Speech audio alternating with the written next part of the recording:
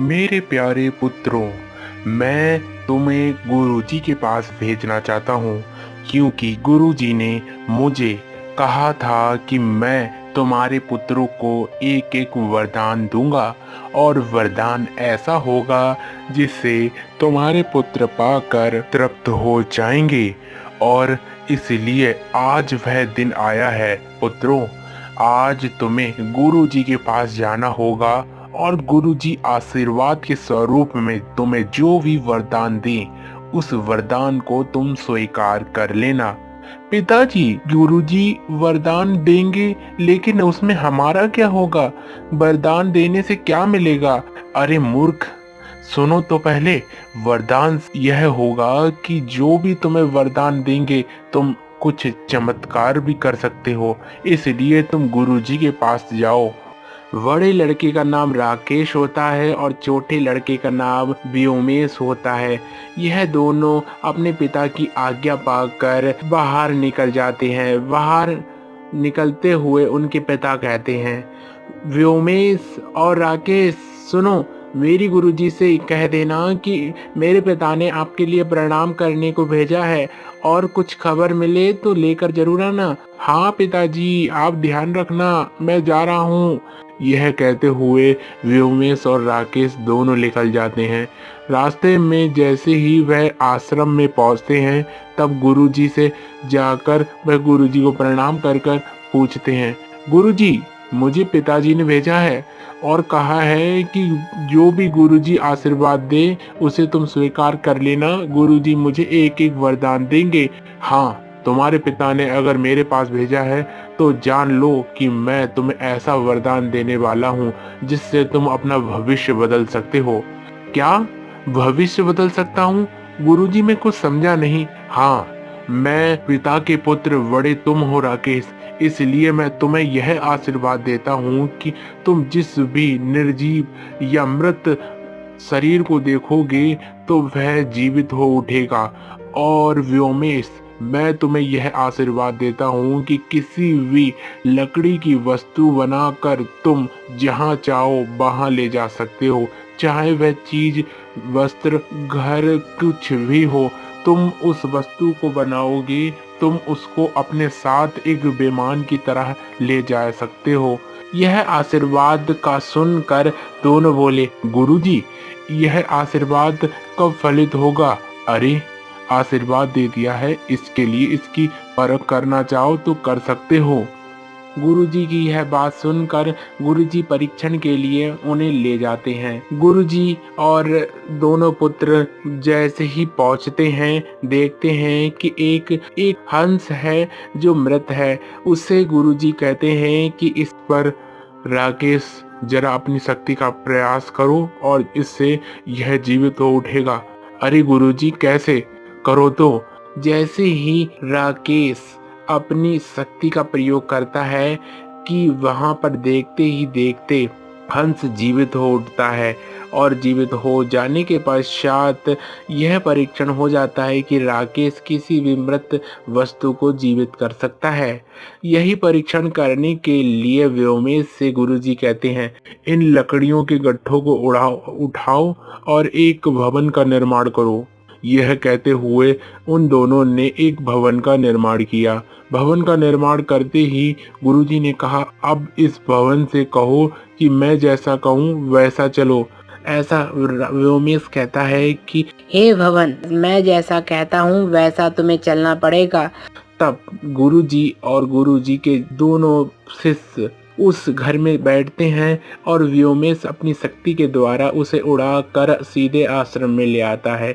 आश्रम में ले आने के पश्चात गुरुजी दोनों को यह आशीर्वाद देते हैं, सुनो, मैंने जो तुम्हें शक्ति दी है इसका दुरुपयोग कभी मत करना, और सुनो, इस शक्ति का हमेशा कल्याण ही करना, चाहे वह तुम्हारा मित्र हो या शत्रु, किसी पर इस शक्ति का दुरुपयोग मत करना। हाँ गुरुजी, कभी भी हम इस शक्ति का दुरुपयोग नहीं करेंगे। और दुरुपयोग करने की बात ही क्या है? दुरुपयोग इस शक्ति का कैसे करेंगे?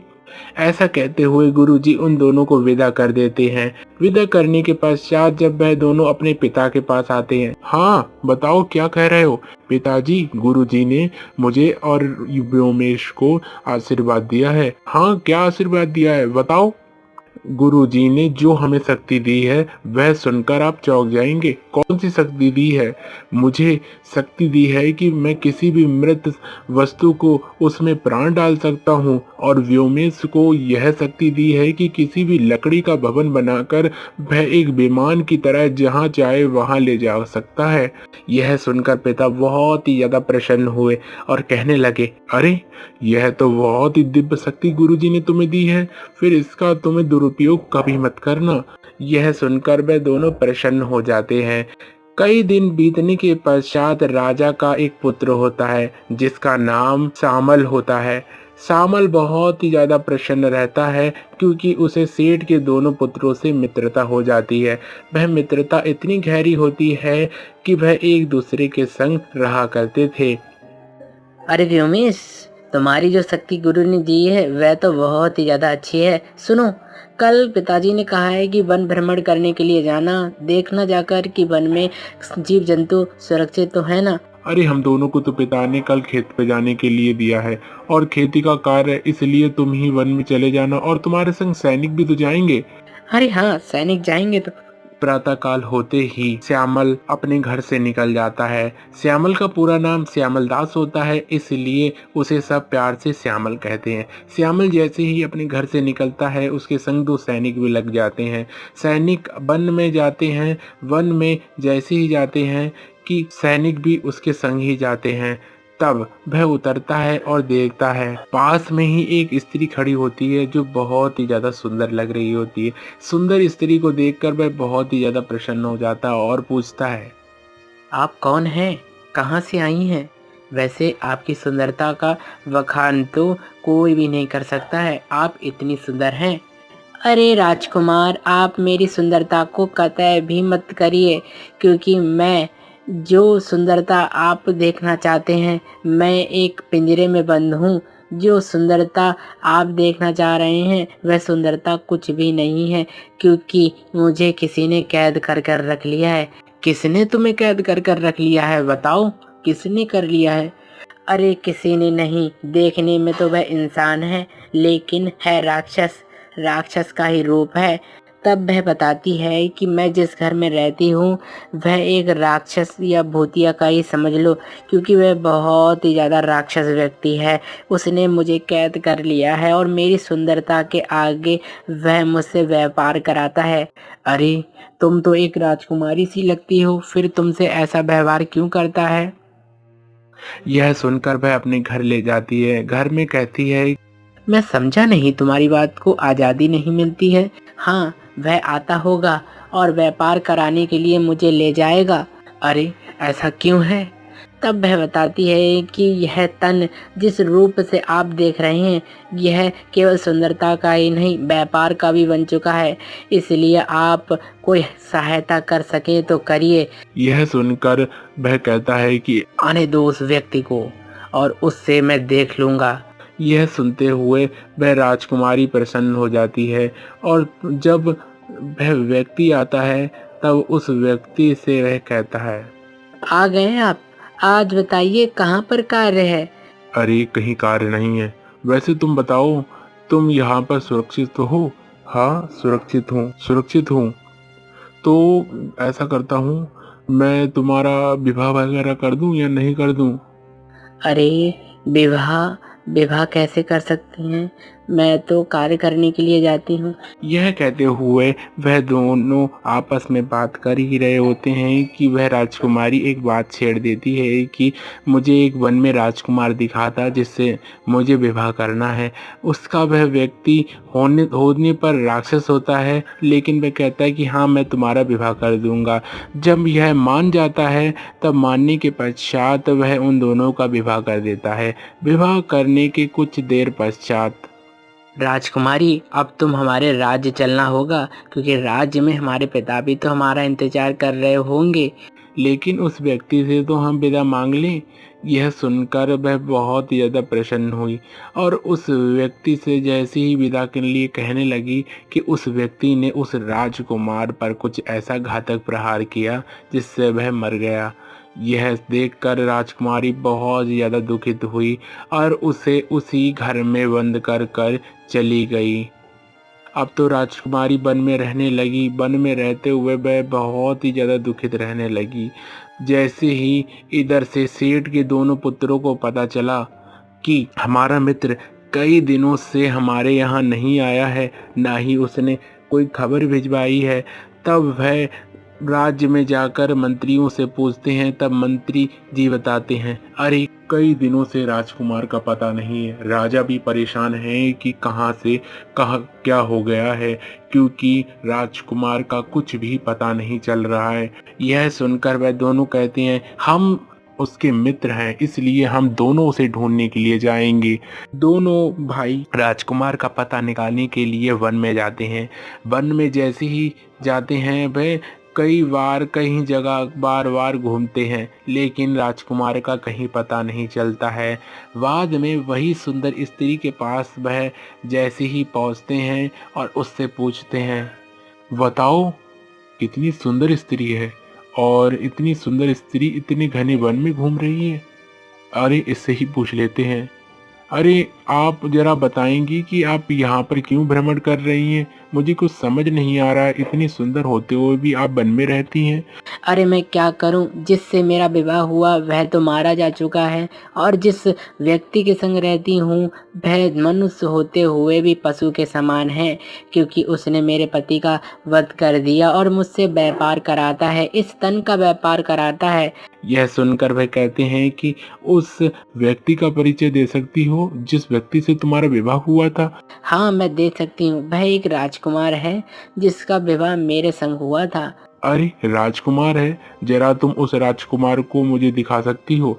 अरे उसे कैसे दिखा सकती हूँ, वह तो मारा जा चुका है और जिस घर में मारा गया मैं उसी घर से छोड़कर चली आई। अरे ऐसा कुछ नहीं है। ऐसा करो, तुम मुझे वहीं ले चलो। यह सुनकर वह राजकुमारी उसी घर में ले जाती है।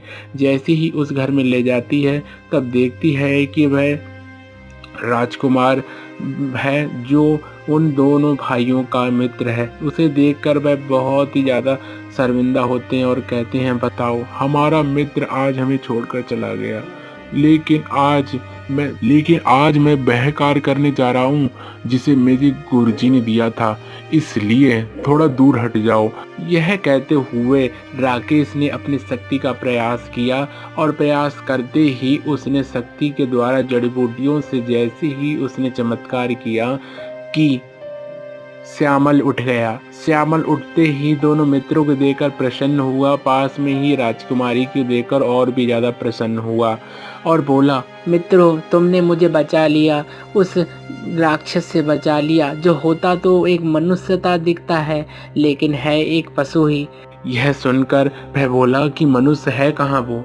जैसे ही उस मनुष्य को देखते हैं तब वह मनुष्य बहुत ही ज्यादा डरावना होता है। उसे देखकर वह कहते हैं, भाई तुमने मेरे मित्र को मारकर अच्छा नहीं किया, इसलिए इसका बदला लेने के लिए अब तुम तैयार हो जाओ। राजकुमार तुरंत ही तलवार निकालता है और उस व्यक्ति का अंत कर देता है। राजकुमारी प्रसन्न हो जाती है और कहती हैं, अरे इस घनघोर जंगल में तो हम सभी ही रास्ता भटक गए हैं, लेकिन इस रास्ते पर अब हम कैसे जाएं कुछ समझ नहीं आता है। तब व्योमेश कहता है, तुम्हें चिंता करने की जरूरत नहीं है, कुछ लकड़ियां ला कर दो, मैं भवन का निर्माण करता हूँ। तब राजकुमारी बोली, भवन का निर्माण करोगे तो हम तो यहाँ पे बस जाएंगे, कहीं अपने राज्य तो नहीं पहुँच सकते हैं। सब्र रखो, लकड़ियां ला कर दो। लकड़ियां जैसे ही लाता है कि वह एक भवन का निर्माण करता है। भवन का निर्माण करते ही वह चारों लोग उस पर बैठते हैं और अपने राज्य में पहुंच जाते हैं। राज्य में पहुंचकर कुशल मंगल सभी तरीके से होती है और इसके पश्चात वह दोनों प्रसन्नता के संग अपने मित्र के संग रहने लगते हैं। तब श्यामल कहता है, आज तुम्हारे कारण यह सिद्ध हो गया कि मित्र हो तो तुम्हारा जैसा हो, क्योंकि तुमने जो मित्रता निभाई है वह किसी और ने नहीं। बहुत ही ज्यादा प्यारे मित्र हो, ऐसी मित्रता सभी को मिले। यह सुनकर वे बहुत ही ज्यादा प्रसन्न होते हैं और प्रसन्नता के संग अपने मित्र से विदा लेकर अपने पिता के पास आते हैं। पिता से कहते हैं,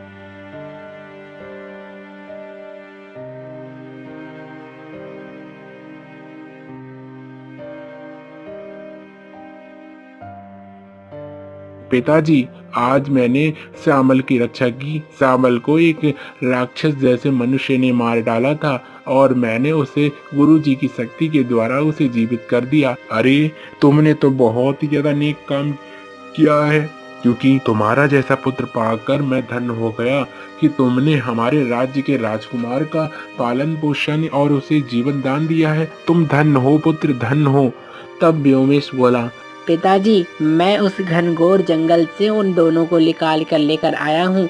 अब उसका विवाह भी हो चुका है। विवाह होने के पश्चात वह हमारे संग पक्की मित्रता कर चुका है। यह सुनकर पिता बहुत ही ज्यादा प्रसन्न होते हैं और प्रसन्नता के संग दोनों पुत्रों को सराहना देते हैं।